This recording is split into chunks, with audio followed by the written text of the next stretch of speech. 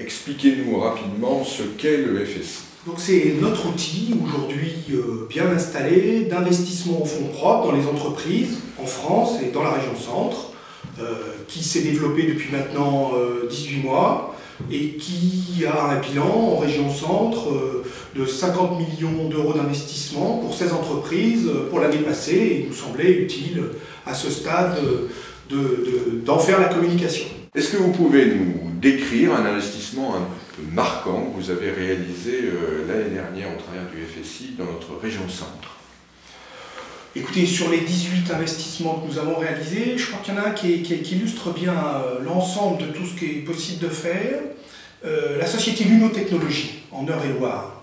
Voilà une société assez ancienne, qui date de 1926, qui est spécialisée dans les produits optiques et qui, pour son développement, avait besoin de faire l'acquisition d'une nouvelle société, ce qu'on appelle dans le jargon de croissance externe,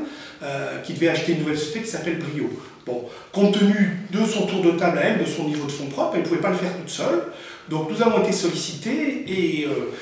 en additionnant plusieurs outils, d'ailleurs des outils de CDC Entreprises, qui est notre société de gestion du FSI, mais aussi une société qui porte beaucoup de fonds régionaux, donc de CDC Entreprises, on a pu mobiliser à la fois du capital que nous avons mis dans cette société et des obligations convertibles, donc ce qu'on appelle des quasi-fonds propres, le tout pour un montant